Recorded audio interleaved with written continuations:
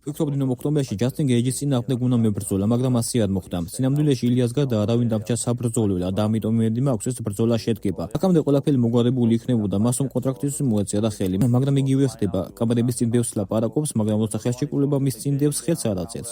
ჩვენ გავუმართავთ ერთ-ერთ ყველაზე დიდ ბრძოლასაც UFC-ს ოდესმე უნახავს. ჩვენ ერთმანეთი არ გვიყვარს, მართლა ვერ ვიტანთ ერთმანეთს, მაგრამ ეს საკმარისი არაა. მე მას ცხოვრებაში ყველაზე დიდ კიბის მივაყენებ. ახლა მთავარია რომ კონტრაქტს მოაწეროს ხელი, მაგრამ ის ამას არ აკეთებს. ილია, ნუ იქნები სუსტი, იყავი ნამდვილი კაცი.